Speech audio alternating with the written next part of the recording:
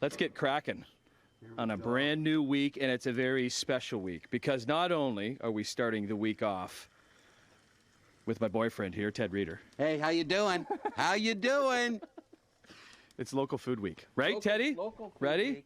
And we're grilling up asparagus on toast. Well, okay, so asparagus season is the entire month of May, but now that we're into June, it's still into June a little bit too. It starts partway through May, and it runs about 6 weeks to the end of June. And so right now, you're in the beginning of it, where the asparagus are plump and sweet and juicy. What did you do to this asparagus? I peeled it. So you just take an asparagus, and you do that. So when they're thick-stalked, you can take a little bit of, and you save this, you make a coleslaw from that. Really? And Okay. you throw it on, and then you put them all in water. Okay, so they get nice and cold, and they stay in that water, and they get moisture on them. So that when you put them on the grill, it doesn't take too long to cook. We're cooking on charcoal here, just like that. And you lightly, and the moisture that's in there is going to help steam them. Yeah, So I'm stepping in front of the camera because it's hot, baby. it's hot. Yeah, we were talking about 700 degrees hot charcoal. Oh, wow. And so we're frying the egg here. Because what are we making here? We're making the- asparagus on toast. So you need a couple of eggs. No. I only do avocado on toast, Teddy. Yeah, you're just way too high maintenance. Why would you do avocado in the month of June when it's local food week and we're having fun? That's why and I'm here. asparagus That's why is I'm here to local. learn from the master himself. So Okay, I've never had asparagus on toast. Right. And I'm just getting in your way. We're just going to do that there. We're going to put a little toast. We're going to grill some toast. And I'm going to save that for later. And we'll move this out of the way because I got to build it over there. Okay, you're coming over here. We're doing Tight little spot back here at Casa Barbecue. We're doing a little dance here, okay? But what's local mean to you when it comes to food, especially this time right now? We're in this great season. Farm fresh. You know, without our farmers, we're not going to be eating a lot. And with the way that things are getting harder and harder to transport and more expensive, shop local, support local, get the best food right here in your own hometown. And that's what I like about it. You know what comes after asparagus season? Ontario strawberries. And those things, they're like the sweetest in the world, I tell you. Can you do strawberry on bread? You can do anything you want on toast, okay? You want On toast, not on bread. So you've got your, Everything is better when it's toasted. there's your Okay, asparagus. those are coming off. They're coming off. And you don't want to cook them till they're dead. You want them to be bright green. And that's where the water comes in. A little bit of char on it's fine. That's Just a little flavor. A little bit of salt and pepper. All right, take our toast off, getting toasty. And then I grilled a lemon. So I took a lemon. It's not local, all right? But you want that acid, you want that pop. Okay. And then You can break the rules for that. That's fine.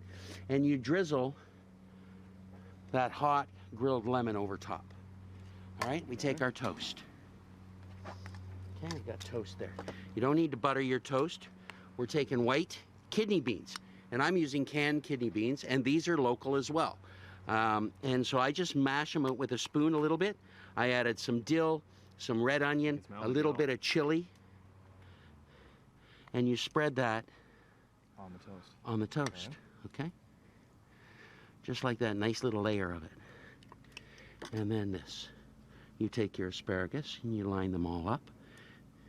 I like these big, thick ones rather than those little stringy numbers. Well, the stringy ones cook super, super, super fast, right? And so there's your, you get a little char there. On that. Okay, we're running out of time. Let's get that egg on there, baby. And that's it, that's it. Okay, there you go. Finished touch. We want to see the finished product, Teddy. Right, well, I got to split the eggs. The eggs, there we go. All right. Oh, you got a little yolk there. You got a little yolk. Didn't even need to flip. Didn't flip, no, sunny up, right like that. And there you have Look at the asparagus on toast. Nice and simple. Hit it with a little more salt and pepper. Boom. Okay. Boom. That's it. We're hanging with the man himself, Ted Reeder, all morning long, talking local because it's local food week on Morning Live. How do you eat that, baby? There you go there. And you put that on a plate. Okay, let's play a guessing game. Good morning. We're back here, the man himself, Teddy Reeder. How you doing? How you doing? Okay, How so you doing? it's local food week. We created this, and we say we.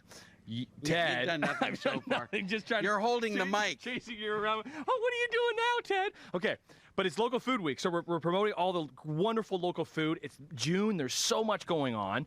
There's something in here. Any guesses on what it is? Local? It's meat. I know. I know you know. I I was have trying to to know. try to like the suspense. the suspense. Building the suspense. Hang on, Okay. hang on. Okay, so one little tip, just a barbecue tip when you're working with Komodos. So if anybody out there in barbecue land, you just bought a Komodo and you want to learn something, here's about a Or a Komodo. big green egg. Big green egg is a big green egg is a Komodo. Oh, that's So this is the style. It's a Komodo, and you cook in it. It's ceramic, but some are made with metal, and they hold a heat. But the thing is, when you go to open them, if you just treat them like a gas grill, here's a gas grill. It's on. You open it up, you got heat, right? But gases build up in this egg, and when it's really hot, there's a lot of gases. And if you just fling it open, you're going to get a gush of flame. You're going to burn your face. So it's a thing called the burp. And all you do is this, lift it up 3 inches, burp it, count 1, 2, 3, and then you can open it up. Whoa. So you'll let everything else. So what we got going on in here, chocolate chili smoked turkey drumsticks. And it's kind of a killer recipe. So to get that, let's close her up for a second. Just for a second, I'll show you what we've done. Take you through the process. We made a brine, and I threw in some orange, there's some craft beer in there, turkey drumsticks, some onions, some garlic, some fresh sage, you can put whatever, and salt. 24 hours in the brine. Why? Enhances the moisture. A lot of people find turkey sometimes can be a little bit dry, and it's not. You just are overcooking it. So don't overcook it, and enhance it with some moisture. And you can do a wet brine like this one, or you can even do a dry brine. So once you've done the brining, you take these out, you rinse them off, you'll pat them dry, okay, just for example. And then we have a little rub here. And this is a chocolate chili. So it's cocoa powder and salt and pepper and chili flakes and cinnamon. And it's almost a little breakfasty. So a little bit of everything in there. you're gonna rub that all onto it like that. And then you're gonna put it in your Komodo, or you're gonna put it in your grill, or you're gonna put it in your oven. You can do them anywhere, but you wanna do the temperatures low. We're running at about 265 degrees. And depending on the size of the drums. Say how long are we going for? Well, 2 hours. Okay. If they're small drums, but all the way up to, you know, it could be 3 or 4 or 5 hours, depending on how big the turkey drumsticks Okay, are. so how do we know when they're done? So, easiest way, where is it? What do you got In my there? pocket, thermometer. He's always pulling stuff out of his. There's so many things in your So you pockets. got a thermometer. So we're gonna insert it, 200 degrees. We're doing beauty. What do we want? We want it up there. You could actually, we could take this out even a little earlier, like at 195. Okay. But they're done. So I'm making a little mixture here. So there, sit. Okay, here's the thing. We're running out of time. What we'll do is you got this mixture? Chocolate syrup. Okay. Hoisin. All right. We got a little bit of apple butter. Soy sauce. Are you putting these recipes somewhere? Where can people find these You're recipes? going to find this at tedreader.com. This recipe is actually on OntarioTurkey.ca, and you'll find it there. And then all you do is this, right? You take your brush, and you give them a base just before they come out. Just like that. Grab a drumstick. Right? Take it like that. Okay. Pick her up. Oh, we're picking it up. Okay. Picking it up. It's hot. Yeah, go on. Okay. Oh, right. I have like... Your fingers are a little bit more. Okay. Hold them up. There we go. There you go. Local Food Week. The main man, Ted Reader. We're Cheers. back with more on Morning Live. Oh, it's been a tasty morning, hasn't it? Great to be back with my main man, Ted Reader. Sorry about that. What? Yeah, well, I interrupted you there. Well, I've worked with you a few times, Ted. That's all you do is interrupt. I know, It's kind I of know. well, people want to hear from you. They don't want to hear my voice. Yeah, but you're cool. I Like, don't know, every now you're and Tim again. Bolin, man. You've got it going on. All right, You've got it going on. I like it. All So we're right. making burgers. All right. And But you- not just any type of burger. Not just any kind Because of... it's just not any type of week, is it? That's Special it. week. It's Ontario Food Week. There we go. Local. Shops local. This is Ontario Veal. And we've made meatloaf burgers. So they've got a little bit of onion. They've got some garlic in there, some fresh herbs, whatever kind you want. Okay. So that's the That's it. So let me show you how you do it. how do you do it? We want Close the lid. we want to get there. All right, we got some ground veal right there, okay? Why veal by itself? It's just awesome. It's got all this flavor. It's not strong. It's sweet. It's tasty. It's got a nice balance between fat and meat. And so it's really just a great... Can I help you? You got a little piece of meat on your glass there. Oh, do I? Yeah, let's get that. That's okay, my you're entire good. life is meat on my glasses. So we're not normally, when I'm making burgers, I don't put a binder in them. But in this one, I'm putting, you know, traditional meatloaf has a little bit of breadcrumb into it. All right? And we're going to add a little bit of cornstarch. And you can use potato starch if you've got. Why? Arrowroot starch. This is going to grab all the moisture that's in that burger, any extra moisture that's in there, because meat has moisture in it, and it's going to keep it in the burger. So your burger's going to stay moister longer, and you're not going to end up with a dry, tasteless burger. You want a juicy burger. You want a burger that's going to ruin your t-shirt. All right? And you can put some onions and fresh herbs, but the essence of it is you mix it up, you add some salt and pepper, you can put whatever you want in it. You go through a lot of t-shirts, don't you? I go through a ton of t-shirts. Man, oh man, oh man. So once you do that, you'll form a patty. And after you form the patty, you press it down, you take a slice of bacon. Does it matter how much you're working the meat? Yeah, don't overwork it. Just put it together gently. Because then it just becomes a little bit tougher? That's it. Okay. And so press it down like that and wrap this way with a slice of bacon. Then take another bacon and you put it this way. It's like, you know, hot cross buns? Mm-hmm. Well, it's just like that, only with bacon. It's way better. All right? And then you put them in the refrigerator for a minimum of an hour so they can rest and get nice and cold. And it goes from in the fridge onto the grill. Okay. All right? Now, open her up here. We made a little beef gravy. There's a recipe for this on my website, tedreader.com, or at ONTARIOVEALAPPEAL.CA. And go that. We got our buns, right? Oh, look at those juicy buns. Okay, let's bring it all Right? together. And now, just so that you know, What are we cooking these two? we're going to cook them to an internal temperature of 160 degrees, which is just to the well done mark. And we've got the heat on here, and we have nothing on this side, because this is going to render off bacon, or the fat from the bacon, and it's going to cause a grease fire. So you want to have either put a drip tray underneath, or you're going to clean your grease trap out I afterwards. can just hear my producer is yelling at me right now because we're going long once again. I'm just like, it's not my fault, it's his fault. He always, Get he out always. of here. So you take Okay. this, put it there, right? Bring it over here. You're going to put a little bit of jus all over. If you wanted to saute mushrooms, You don't need much else on that. you don't need much else. You can put cheese on it if you want. You can dress it up however you need to, right? And It's then like you a got- hot veal It's sandwich. a hot veal meatloaf burger. Okay. And that's it. Okay, You smush take that down. Oh, that is hot. Okay, so let's take another break because we got one more, and then we'll bring all the stuff that my good pal Teddy Reader has been made today to celebrate local food week. Oh, that's fantastic. I can Yeah, take a you bite can of eat that. that. And we got one more. One more. Woo! Yeah. Oh, Isn't that good? hot.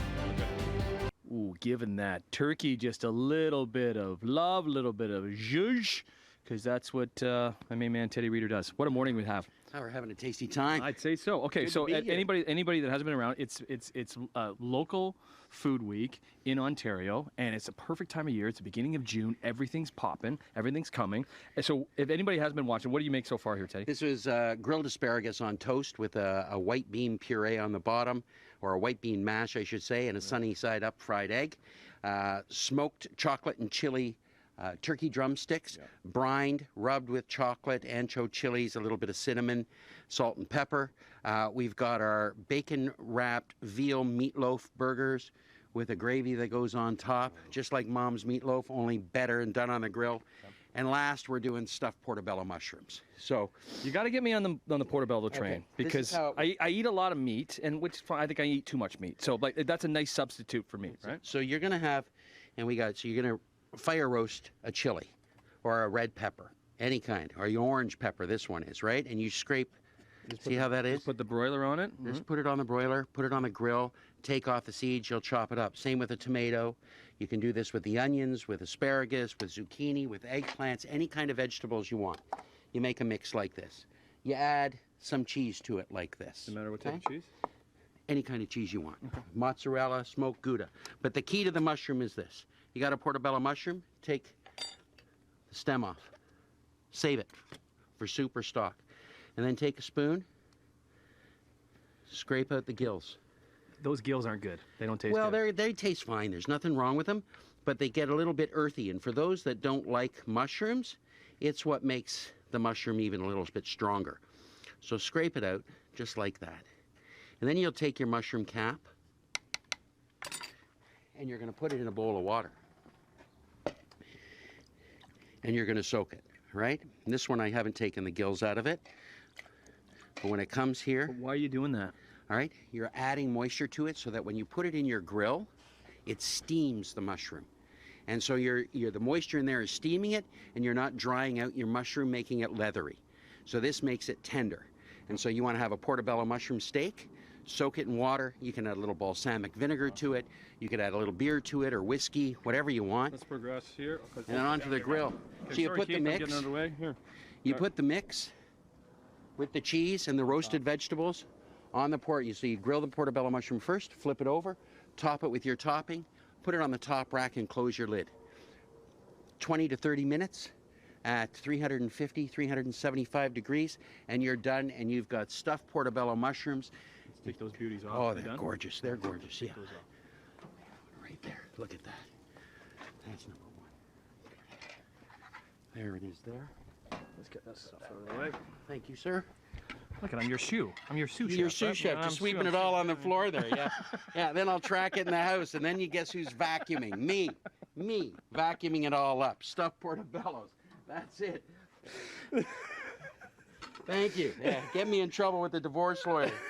Yeah, I'm done now. All right. Man, good to see you. Listen, have a great summer, okay? We'll see you soon. You're always coming up with great ideas. TedReader.com, all these recipes on there. I know you're a big supporter of local. That's what this week is all about.